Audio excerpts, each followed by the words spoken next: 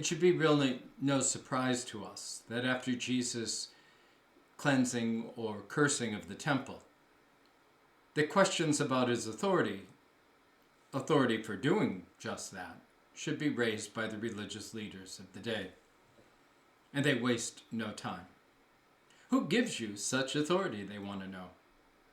Jesus' response to them is, well, I'll answer your question, but first you answer mine. Where did John's authority come from? They're caught in a trap. If they say human authority, the folks will get upset because they believe John the Baptist was sent by God. If they say divine authority, then why didn't they believe John? And so they refuse to answer. And so does Jesus. This question of divine or human authority is at the heart of the issue. Which is it that Jesus brings? Where does he get his authority? To the quandary, Jesus gives a parable. It's a familiar parable for most Jews because it harkens back to Isaiah 5. There the prophet talks about this marvelous vineyard that God has created, namely the nation of Israel. And yet, how it's managed to produce wild grapes after a while. And so God tears down the hedges around it and allows the wild beasts to trample it. In Jesus' version, it is not the grapes, but rather the servants, the religious leaders, the political leaders, those in charge, who have managed to try to usurp the vineyard from God. And the similar fate awaits them. This then leads to an interesting discussion about authority. A series of questions are asked of Jesus, meaning to trap him or at least identify where he sees himself on these issues of authority. And perhaps maybe even to give a clue as to where that authority might lie. Does your authority come from the government? How do you feel about governmental authority? Where's your stance on the Romans?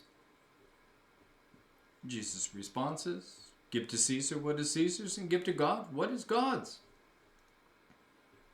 Now, underlying Jesus' response is the fact that they believe, teach, and confess that everything belongs to God. So why the question?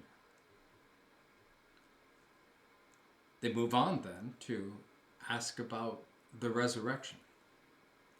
It's an inane question about who's going to be whose wife in the resurrection after this crazy set of circumstances.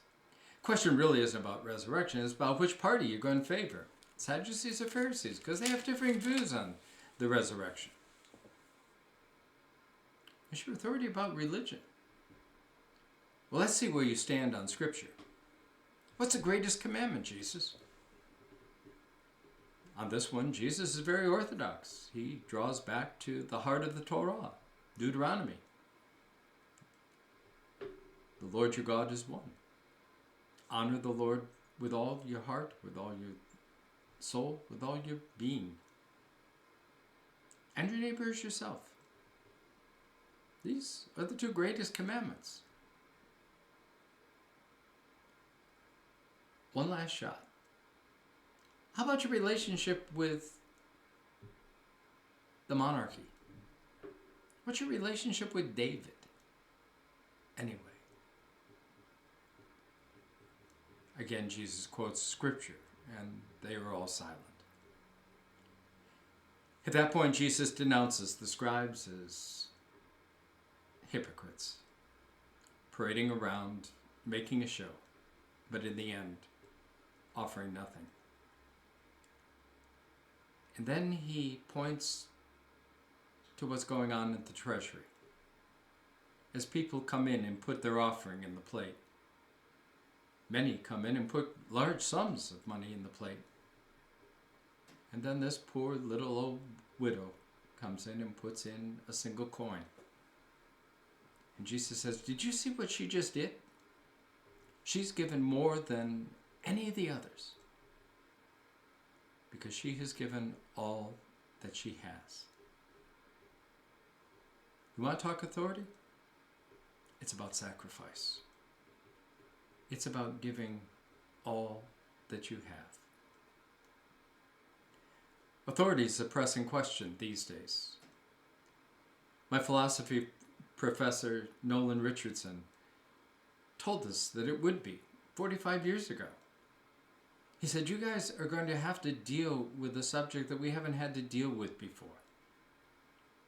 The question will be, who are you to say? Who's got authority? We've seen that in action this past decade in remarkable fashion, and it's reaching new heights daily.